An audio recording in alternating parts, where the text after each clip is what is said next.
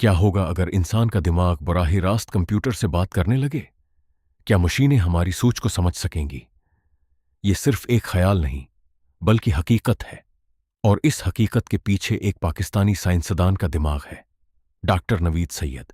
مراحل کو حل کرتا رہتا ہے، اسی حساب سے آپ کی سوفسٹیکیشن اور کمپلیکیشنز بھی آ جاتی ہیں۔ اب یہ جو ہم لوگ مشینیں بنانے لگے ہیں، جو آرٹیفیشل انٹیلیجنس، جو روبوٹس ہیں، ان کو اگر ہم نے یہی انسانی خصوصیات ودیت کر دیں تو وہ بالکل ہماری طرح سے بیہیو کریں گے، جیسے ہمارے پاس روبوٹس ہیں۔ ڈاکٹر نوید سید پاکستان میں پیدا ہوئے، جہاں انہوں نے ایک عام مگر تجسس سے بھرپور بچپن گزارا۔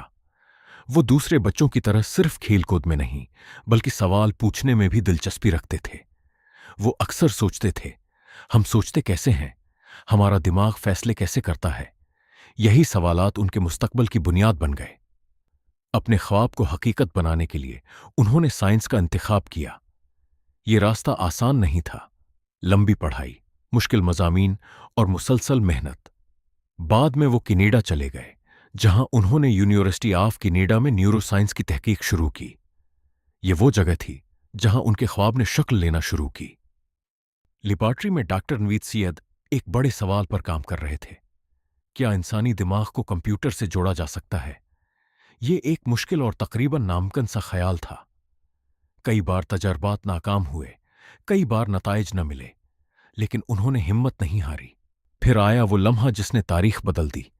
1990 کی دہائی میں ڈاکٹر نوید سید نے ایک ایسی مائکروچپ تیار کی جو انسانی دماغ کے خلیات یعنی نیورون سباسس سے براہ راست جڑ سکتی تھی۔ یہ دنیا کا پہلا کامیاب تجربہ تھا جس میں دماغ اور کمپیوٹر کے درمیان براہ راست رابطہ قائم ہوا۔ یہ صرف ایک ایجاد نہیں تھی، یہ انسان اور مشین کے درمیان ایک نئی زبان تھی۔ ہمارا دماغ برقی سگنلز کے ذریعے کام کرتا ہے۔ ڈاکٹر نوید سید کی بنائی گئی چپ ان سگنلز کو پڑھ سکتی تھی۔ جب نیورون سگنل بھیجتے تو چپ انہیں پکڑ کر کمپیوٹر تک منتقل کرتی۔ یوں کمپیوٹر انسانی دماغ کی زبان سمجھنے لگا۔ اس ایجاد نے دنیا بھر میں سائنس اور ٹیکنالوجی کو بدل کر رکھ دیا۔ آج اسی تحقیق کی بنیاد پر معذور افراد مصنوعی ہاتھوں کو دماغ سے کنٹرول کر سکتے ہیں، روبوٹس انسانی سوچ کے مطابق حرکت کر سکتے ہیں، اور مستقبل میں شاید ہم صرف سوچ کر کمپیوٹر چلا سکیں گے۔ یہ سب ایک پاکستانی سائنسدان کے خواب کی بدولت ممکن ہوا۔ ڈاکٹر نوید سید کی کہانی ہمیں ایک اہم سبق دیتی ہے کہ بڑے خواب دیکھنے والوں کے لیے کوئی حد نہیں ہوتی۔ اگر آپ محنت کریں، سیکھتے رہیں اور ہمت نہ ہاریں تو آپ بھی دنیا بدل سکتے ہیں۔